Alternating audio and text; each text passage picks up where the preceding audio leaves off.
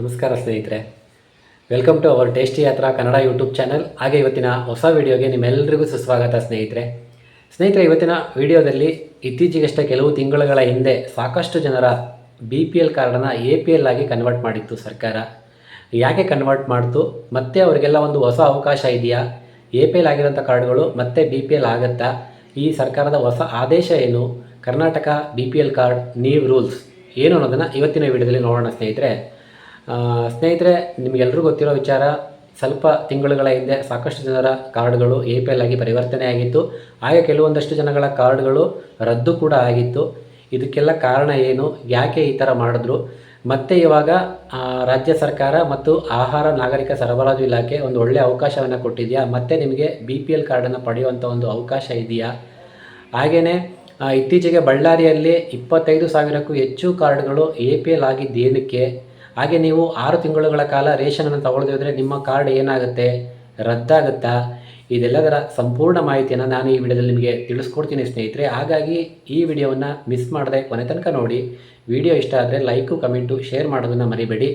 ಹಾಗೆ ನಮ್ಮ ಚಾನಲ್ನ ನೀವು ಸಬ್ಸ್ಕ್ರೈಬ್ ಆಗಿಲ್ಲ ಅಂದರೆ ಈ ಕೂಡಲೇ ಸಬ್ಸ್ಕ್ರೈಬ್ ಆಗಿ, ಯಾಕಂದರೆ ಇಂಥ ಒಳ್ಳೊಳ್ಳೆ ಮಾಹಿತಿಗಳು, ಅಪ್ಡೇಟ್ಗಳು ನಿಮಗೆ ತಲುಪಬೇಕು ಅಂದರೆ ನಮ್ಮ ಚಾನಲ್ನ ಸಬ್ಸ್ಕ್ರೈಬ್ ಆಗಿ ಸ್ನೇಹಿತರೆ. ನಾನು ನಿಮಗೆ ಮೊದಲು ಒಂದು ಪ್ರಮುಖ ಅಪ್ಡೇಟನ್ನು ಕೊಡಲಿಕ್ಕೆ ಬಯಸ್ತೀನಿ ಸ್ನೇಹಿತರೆ.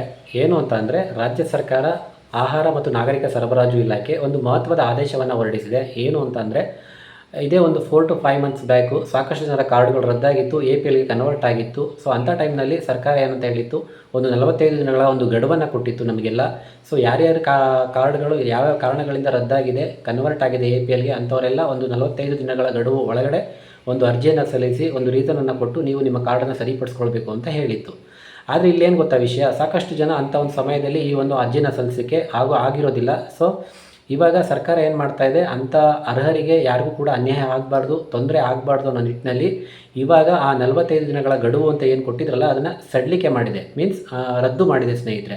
ಸೊ ಇವಾಗೆಲ್ಲ ನಿಮಗೆ ಒಂದು ಒಳ್ಳೆ ಅವಕಾಶ ಇದೆ. ಯಾರ್ಯಾರು ಅರ್ಹರಿದ್ದೀರೋ ಈ BPL ಕಾರ್ಡ್ಗೆ, ಸೊ ಅವರೆಲ್ಲರೂ ಕೂಡ ಅರ್ಜಿನ ಸಲ್ಲಿಸಿ BPL ಕಾರ್ಡನ್ನು ಪಡೆಯೋದಕ್ಕೆ ಒಂದು ಒಳ್ಳೆಯ ಅವಕಾಶ ಇದೆ ಸ್ನೇಹಿತರೆ. ಇವಾಗ ಅಂದರೆ ಈ ನಮ್ಮ ಕರ್ನಾಟಕ ರಾಜ್ಯದಲ್ಲಿ ಎಷ್ಟು BPL ಕಾರ್ಡ್ಗಳು ರದ್ದಾಗಿವೆ, ಕೆಲವೊಂದು ಅಂಕಿಅಂಶಗಳನ್ನ ನೋಡೋಣ ಬನ್ನಿ ಸ್ನೇಹಿತರೆ. ತಂತ್ರಾಂಶದ ಮಾಹಿತಿಯ ಪ್ರಕಾರ 13,87,651 ಪಡಿತರ ಚೀಟಿಗಳು ಅನರ್ಹ ಎಂದು ಸರ್ಕಾರ ಗುರುತಿಸಿತ್ತು.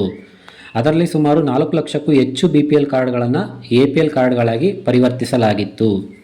ಇದೀಗ ಅವುಗಳಲ್ಲಿ ಅರ್ಹ ಕುಟುಂಬಗಳಿಗೆ ಮತ್ತೆ BPL ಕಾರ್ಡ್ ಪಡೆಯುವ ಅವಕಾಶ ನೀಡಲಾಗಿದೆ. ನೋಡಿದ್ರಲ್ಲ ಸ್ನೇಹಿತರೆ, ಒಂದು ಅಂಕಿಅಂಶ ನೋಡೋದಾದ್ರೆ ನೀವು ಸುಮಾರು 13 ಲಕ್ಷಕ್ಕೂ ಹೆಚ್ಚು ಕಾರ್ಡ್ಗಳು ರದ್ದಾಗಿದ್ವು. ಅದರಲ್ಲಿ ಕೆಲವೊಂದು 4 ಲಕ್ಷಕ್ಕೆ ಹೆಚ್ಚು ಕಾರ್ಡ್ಗಳು BPLಯಿಂದ APLಗೆ ಕನ್ವರ್ಟ್ ಆಗಿದ್ದು. ಸೊ ಅಂಥವರೆಲ್ಲರೂ ಕೂಡ ಯಾರ್ಯಾರಿಗೆ ಅರ್ಹರಿದ್ದರೂ ಕೂಡ ಅವರ ಕಾರ್ಡ್ ಏನು ಬದಲಾವಣೆ ಆಗಿದೆ, ರದ್ದಾಗಿದೆ, ಅಂಥವ್ರಿಗೆಲ್ಲ ಇವಾಗ ಸರ್ಕಾರ ಒಂದು ಒಳ್ಳೆಯ ಅವಕಾಶನ ಕೊಟ್ಟಿದೆ, ಅರ್ಜಿ ಸಲ್ಲಿಸೋಲಿಕ್ಕೆ ಹೇಳಿದೆ ಸ್ನೇಹಿತರೆ. ಹಾಗಾದರೆ ಇಲ್ಲೊಂದು ಮುಖ್ಯವಾದ ಪ್ರಶ್ನೆ ಬರುತ್ತೆ ನಮ್ಮಲ್ಲಿ, ಯಾರು ಅರ್ಹರು, ಈ ಒಂದು BPL ಕಾರ್ಡ್ನ ಪಡೆಯೋದಕ್ಕೆ ಯಾರೆಲ್ಲ ಅರ್ಹರಾಗಿದ್ದಾರೆ, ಯಾರಿಗೆಲ್ಲ ಈ BPL ಕಾರ್ಡ್ ಮತ್ತೆ ಸಿಗುತ್ತೆ, ಸರ್ಕಾರ ಇದಕ್ಕೆ ಒಂದಷ್ಟು ಮಾನದಂಡಗಳನ್ನ ನಿಗದಿ ಮಾಡಿದ್ದಾರೆ ಸ್ನೇಹಿತರೆ. ಹಾಗಾದರೆ ಅದೇನು ಮಾನದಂಡಗಳು ಅಂತ ನೋಡೋಣ ಬನ್ನಿ.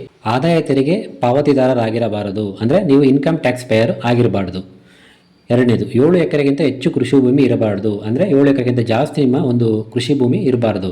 ಮೂರನೇದು, ಕುಟುಂಬದ ವಾರ್ಷಿಕ ಆದಾಯ 1.20 ಲಕ್ಷ ಮೀರಿರಬಾರದು. ಇದು ಒಂದು ಇಂಪಾರ್ಟೆಂಟ್ ನೋಡಿ ಸ್ನೇಹಿತರೆ. ನಮ್ಮ ಒಂದು ವಾರ್ಷಿಕ ಆದಾಯ ಇದೆಯಲ್ಲ ಅದು 1.20 ಲ್ಯಾಕ್ಸ್, ಅದಕ್ಕಿಂತ ಹೆಚ್ಚಾಗಿ ಇರಬಾರ್ದು. ಈ 3 ಮಾನದಂಡಗಳನ್ನು ಪೂರೈಸಿದವರು ಮಾತ್ರ ಮರು ಅರ್ಜಿ ಸಲ್ಲಿಸಬಹುದು, ಮತ್ತು ನೀವು BPL ಕಾರ್ಡ್ ಪಡೆಯುವ ಅರ್ಹರಾಗುತ್ತೀರಿ.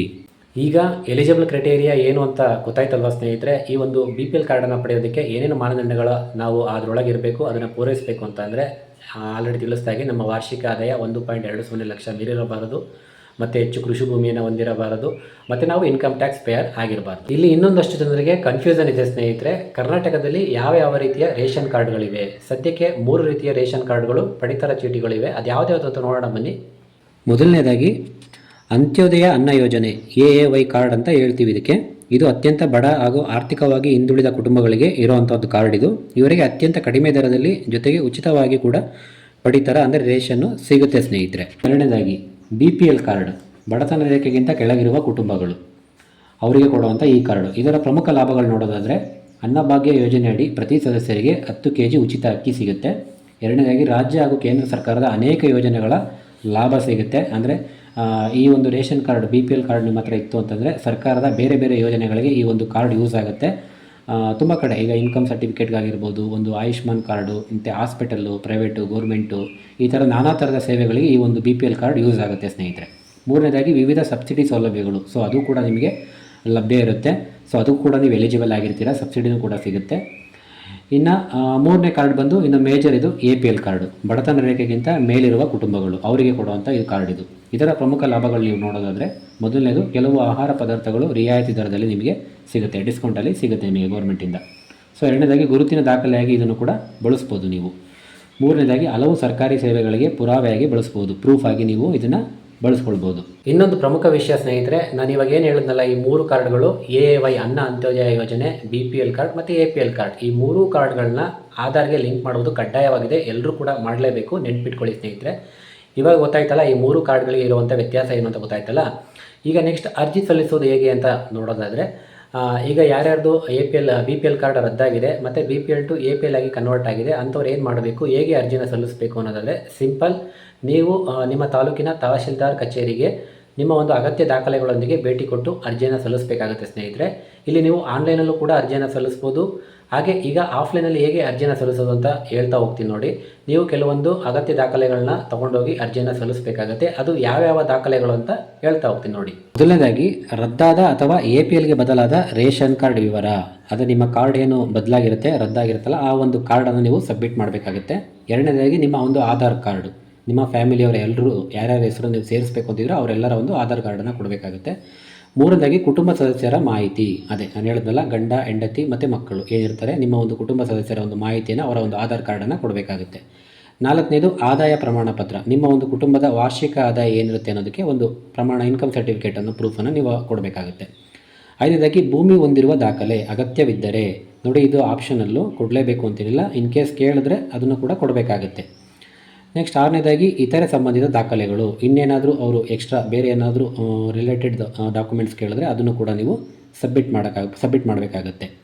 ಇಲ್ಲಿ ಒಂದು ಸೂಚನೆ ಇದೆ ಸ್ನೇಹಿತರೆ, ನಿಮ್ಮ ತಾಲೂಕಿನ ತಹಶೀಲ್ದಾರ್ ಕಚೇರಿ ಹೆಚ್ಚುವರಿ ದಾಖಲೆಗಳನ್ನು ಕೇಳಬಹುದು, ಆದ್ದರಿಂದ ಅರ್ಜಿ ಸಲ್ಲಿಸುವ ಮೊದಲು ಮಾಹಿತಿಯನ್ನು ಪಡೆದುಕೊಳ್ಳಿ. ಇಲ್ಲಿ ನಾನೇನು ಹೇಳಿದ್ನಲ್ಲ, ಇತರೆ ಸಂಬಂಧಿತ ದಾಖಲೆಗಳು ಅಂತೇಳಿ, ಸೊ ಈ ಥರ ಏನಾದರೂ ಎಕ್ಸ್ಟ್ರಾ ಏನಾದರೂ ಡಾಕ್ಯುಮೆಂಟ್ಸ್ನ ಕೇಳ್ಬೋದು. ಸೊ ನೀವೇನಾದರೂ ಇದಕ್ಕೆ ಅರ್ಹರಾಗಿದ್ದೀರಾ, ಈ ಸರ್ಕಾರದ ಮಾನದಂಡಗಳ ಒಂದು ಲಿಮಿಟಲ್ಲಿ ನೀವು ಇದ್ದೀರಾ ಅಂತೇಳಿ ಒಂದು ಕನ್ಫರ್ಮನ್ನು ಮಾಡಿಕೊಂಡು ನಿಮ್ಮ ತಹಸೀಲ್ದಾರ್ ಕಚೇರಿ ಭೇಟಿ ಮಾಡಿ ಅದನ್ನೆಲ್ಲ ನೀವು ಕನ್ಫರ್ಮ್ ಮಾಡಿಕೊಂಡು ನಂತರ ನೀವು ಅರ್ಜಿಯನ್ನು ಸಲ್ಲಿಸ್ಬೋದು. ಇವಾಗ ನೀವು ಅರ್ಜಿ ಸಲ್ಲಿಸಿದ ಮೇಲೆ ಒಂದು ಪರಿಶೀಲನೆ ಹೇಗೆ ನಡೆಯುತ್ತೆ, ನೀವು ಅರ್ಜಿ ಸಲ್ಲಿಸಿದ ತಕ್ಷಣ ನಿಮಗೆ BPL ಕಾರ್ಡ್ ಸಿಕ್ಬಿಡುತ್ತಾ? ಖಂಡಿತ ಇಲ್ಲ ಸ್ನೇಹಿತರೆ. ತಹಶೀಲ್ದಾರ್ ನೇತೃತ್ವದಲ್ಲಿ ಅಧಿಕಾರಿಗಳು ಪರಿಶೀಲನೆ ಮಾಡ್ತಾರೆ. ಆ ಒಂದು ಪರಿಶೀಲನೆ ಹೇಗೆ ಇರುತ್ತೆ ನೋಡೋಣ ಬನ್ನಿ. ತಹಶೀಲ್ದಾರ್ ನೇತೃತ್ವದಲ್ಲಿ ಅಧಿಕಾರಿಗಳು ಪರಿಶೀಲನೆ ನಡೆಸುತ್ತಾರೆ. ಅವರು ಪರಿಶೀಲಿಸುವಂಥ ವಿಷಯಗಳು ಯಾವುದ್ಯಾವುದು ನೋಡೋಣ ಬನ್ನಿ. ಮೊದಲನೇದಾಗಿ ಕುಟುಂಬದ ಆದಾಯ, ನಿಮ್ಮ ಕುಟುಂಬದ ಒಂದು ವಾರ್ಷಿಕ ಆದಾಯ ಏನಿದೆ ಅಂತೇಳಿ ಪರಿಶೀಲನೆ ಮಾಡ್ತಾರೆ. ಎರಡನೇದಾಗಿ ಭೂಮಿ ಹಾಗೂ ಆಸ್ತಿ, ನಿಮ್ಮ ಒಂದು ಕೃಷಿ ಭೂಮಿ ಎಷ್ಟಿದೆ ಅಂತೇಳಿ ಅದನ್ನು ಕೂಡ ಪರಿಶೀಲನೆ ಮಾಡ್ತಾರೆ. ಮೂರನೇದಾಗಿ ತೆರಿಗೆ ಪಾವತಿ, ನೀವೇನಾದರೂ ಇನ್ಕಮ್ ಟ್ಯಾಕ್ಸ್ ಪೇಯರ ಅಂತೇಳಿ ಅದನ್ನು ಕೂಡ ಚೆಕ್ ಮಾಡ್ತಾರೆ. ನಾಲ್ಕನೇದು ಕುಟುಂಬದ ಸಾಮಾಜಿಕ ಹಾಗೂ ಆರ್ಥಿಕ ಪರಿಸ್ಥಿತಿ, ನಿಮ್ಮ ಒಂದು ಕುಟುಂಬದ ಆರ್ಥಿಕ ಪರಿಸ್ಥಿತಿ ಹೇಗೆ ಇದೆ ಅಂತೇಳಿ ಅದನ್ನು ಕೂಡ ಚೆಕ್ ಮಾಡ್ತಾರೆ. ಐದನೇದಾಗಿ ಸ್ಥಳ ಪರಿಶೀಲನೆ, ಫೀಲ್ಡ್ ವೆರಿಫಿಕೇಷನ್, ಅಂದರೆ ನೀವು ಇಂಥದೇ ಸ್ಥಳದಲ್ಲಿ ವಾಸವಾಗಿದ್ದೀರಾ ಅಂತೇಳಿ ಆ ಒಂದು ಪರಿಶೀಲನೆ ನಡೆಯುತ್ತೆ. ಇಲ್ಲಿ ಇನ್ನೊಂದು ನೋಡಿ, ಈ ಎಲ್ಲ ದಾಖಲೆಗಳು ಸರ್ಕಾರದ ಮಾನದಂಡಗಳಿಗೆ ಹೊಂದಿದ್ದರೆ ಮಾತ್ರ, ಅಂದರೆ ನಾನು ಆವಾಗಲೇ ಏನು ಮಾನದಂಡಗಳು ಹೇಳಿದ್ನಲ್ಲೋ 3, ಆ ಒಂದು ಮಾನದಂಡಗಳ ಒಂದು ವ್ಯಾಪ್ತಿಯಲ್ಲಿ ನೀವಿದ್ದರೆ ನಿಮಗೆ ಉಪನಿರ್ದೇಶಕರು ನಿಮ್ಮ BPL ಕಾರ್ಡನ್ನು ಮರುಸ್ಥಾಪಿಸ್ತಾರೆ, ಅಂದರೆ ಇಶ್ಯೂ ಮಾಡ್ತಾರೆ, ಕೊಡ್ತಾರೆ. ಈಗ ಸಾಕಷ್ಟು ಜನ ಒಂದು ಕ್ವಶನ್ ಮಾಡ್ಬೋದು, ಯಾಕೆ ಈ ಫೀಲ್ಡ್ ವೆರಿಫಿಕೇಷನ್ನ ಮಾಡ್ತಾರೆ ಅಧಿಕಾರಿಗಳು, ನಾವೆಲ್ಲ ಡಾಕ್ಯುಮೆಂಟ್ಸನ್ನು ಕೊಟ್ಟಿರ್ತೀವಲ್ಲ ಅಂತ ನೀವು ಕೇಳ್ಬೋದು. ಸ್ನೇಹಿತರೆ, ತುಂಬ ಜನ ಕಾರ್ನ ತೊಗೊಂಡಿರ್ತಾರೆ, ಅದಕ್ಕೆ ಸಂಬಂಧಪಟ್ಟ ದಾಖಲೆಗಳನ್ನ ಕೊಟ್ಟಿರೋದಿಲ್ಲ. ಹಾಗೆ ಒಂದು ದೊಡ್ಡ ಬಂಗ್ಲೆಯನ್ನು ಕಟ್ಕೊಂಡು ಚೆನ್ನಾಗಿರ್ತಾರೆ, ಸೊ ಅದಕ್ಕೆ ಸಂಬಂಧಪಟ್ಟ ದಾಖಲೆಗಳು ಕೂಡ ಇರೋದಿಲ್ಲ. ಹಾಗೆ ನಿಮ್ಮ ಒಂದು ಕೃಷಿ ಭೂಮಿ ಜಾಸ್ತಿ ಇರುತ್ತೆ, ಸೊ ಅದಕ್ಕೂ ಸಂಬಂಧಪಟ್ಟ ದಾಖಲೆಗಳು ಕೂಡ ಕೊಟ್ಟಿರೋದಿಲ್ಲ. ಸೊ ಇವೆಲ್ಲ ಫೆಸಿಲಿಟಿ ಹೊಂದಿರೋರು ಈ ಒಂದು BPL ಕಾರ್ಡ್ನ ಪಡೆಯೋದಕ್ಕೆ ಅರ್ಹರಾಗಿರೋದಿಲ್ಲ, ಈ ಒಂದು ಮಾನದಂಡಗಳಿಗೆ ಅವರು ಒಳಪಟ್ಟಿರೋದಿಲ್ಲ. ಹಾಗಾಗಿ ಈ ಅಧಿಕಾರಿಗಳು ಈ ಫೀಲ್ಡ್ ವೆರಿಫಿಕೇಷನ್ ಪ್ರಕ್ರಿಯೆಯನ್ನು ಮಾಡುವಂಥದ್ದು.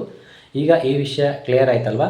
ಇಲ್ಲಿ ಸರ್ಕಾರದ ಮುಖ್ಯ ಉದ್ದೇಶ ಏನು ಅಂತ ಅಂದರೆ, ಯಾರ್ಯಾರು ಅರ್ಹರಿದ್ದರೂ ಕೂಡ ಅನರ್ಹ ಎಂದು ಅವರ ಒಂದು ಕಾರ್ಡನ್ನು ರದ್ದು ಮಾಡಿ ಮತ್ತು APLಗೆ ಕನ್ವರ್ಟ್ ಮಾಡಿದಾರೋ ಅಂಥವರ ಮತ್ತೆ ಮರುಸ್ಥಾಪಿಸುವುದಂದರೆ ಮತ್ತೆ ಚಾಲ್ತಿ ಮಾಡುವಂಥದ್ದು, ಅವರ ಕಾರ್ಡನ್ನು ಮತ್ತೆ ಇಶ್ಯೂ ಮಾಡುವಂಥ ಒಂದು ಪ್ರಕ್ರಿಯೆ.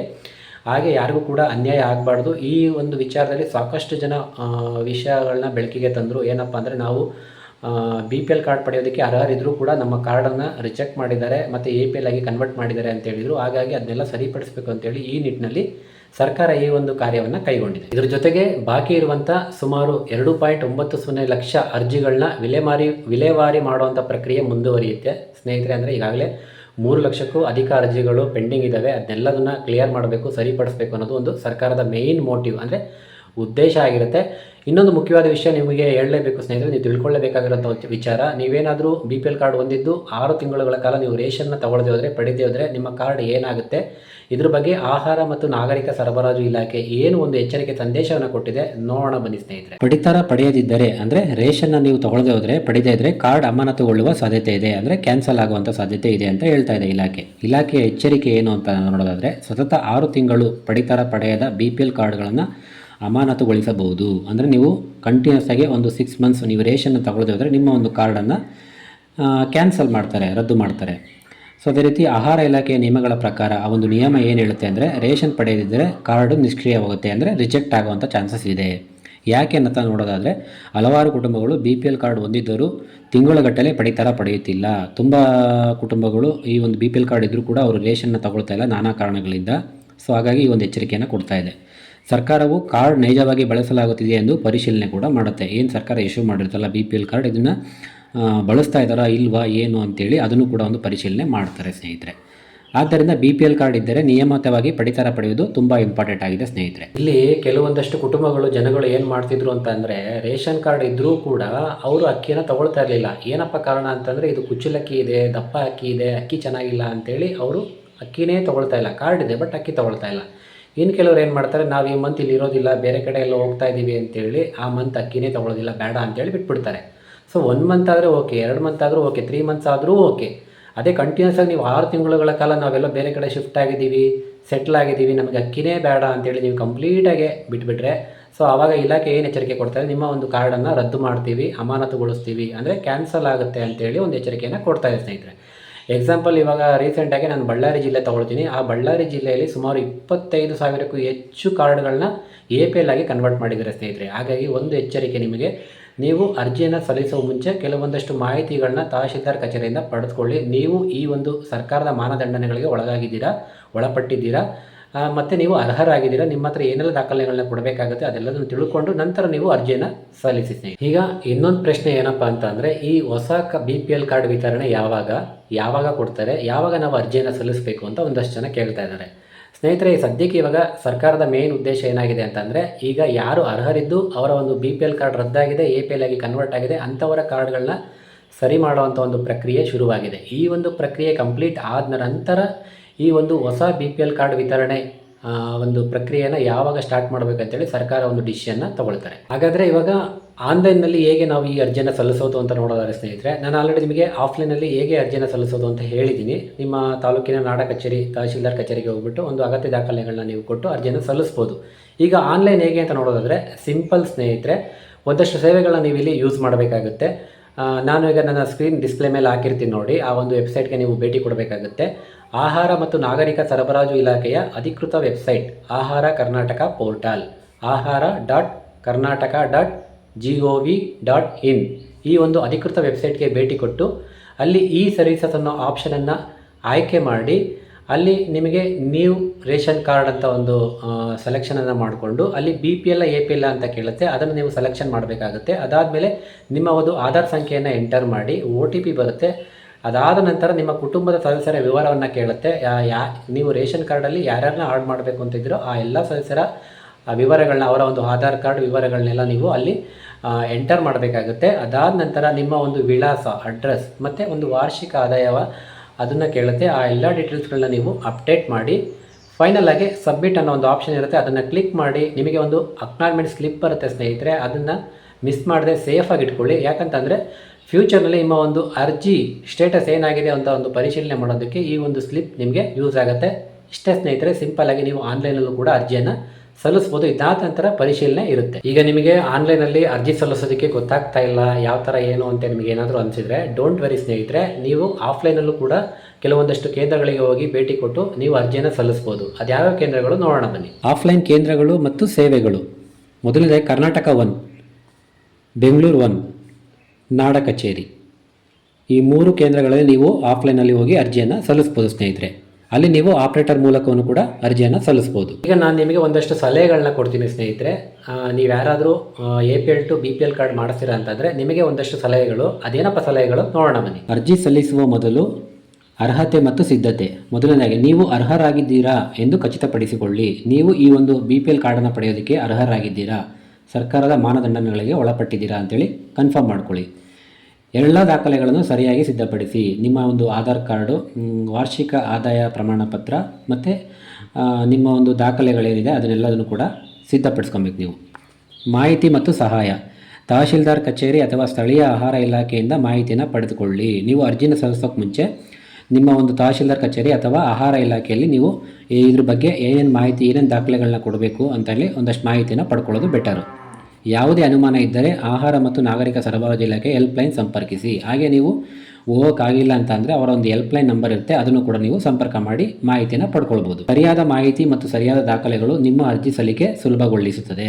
ಎಸ್ ಸ್ನೇಹಿತರೆ, ನಿಮ್ಮ ಒಂದು BPL ಕಾರ್ಡ್ ರದ್ದಾಗಿದ್ದರೆ ಅಥವಾ BPL ಟು APL ಆಗಿ ಕನ್ವರ್ಟ್ ಆಗಿದ್ದರೆ, ನೀವು ಅರ್ಹರಾಗಿದ್ದರೂ ಕೂಡ ಸರ್ಕಾರದ ಮಾನದಂಡಗಳಿಗೆ ಒಳಪಟ್ಟಿದ್ದರೆ, ಪೂರೈಸಿದರೂ ಕೂಡ ನಿಮ್ಮ ಒಂದು ಕಾರ್ಡ್ ರದ್ದಾಗಿದ್ದರೆ ಅಥವಾ APLಗೆ ಕನ್ವರ್ಟ್ ಆಗಿದ್ದರೆ ಈ ಕೂಡಲೇ ತಡ ಮಾಡದೆ ನಾಡ ಕಚೇರಿ, ತಹಶೀಲ್ದಾರ್ ಕಚೇರಿಗೆ ನಾನು ಹೇಳಿರುವಂಥ ಅಗತ್ಯ ದಾಖಲೆಗಳೊಂದಿಗೆ ಭೇಟಿ ಕೊಟ್ಟು ಅರ್ಜಿಯನ್ನು ಸಲ್ಲಿಸಿ ಪರಿಶೀಲನೆಯ ಸಮಯದಲ್ಲಿ ನಿಮ್ಮ ಅರ್ಹತೆ ದೃಢವಾದರೆ ಖಂಡಿತ ನಿಮಗೆ APL ಆಗಿರುವಂಥ ಕಾರ್ಡ್ BPL ಆಗಿ ವಾಪಸ್ ಸಿಗುತ್ತೆ ಮತ್ತು ನಿಮ್ಮ ಕಾರ್ಡ್ ಸಕ್ರಿಯಗೊಳ್ಳುವಂಥ ಚಾನ್ಸಸ್ ಇದೆ.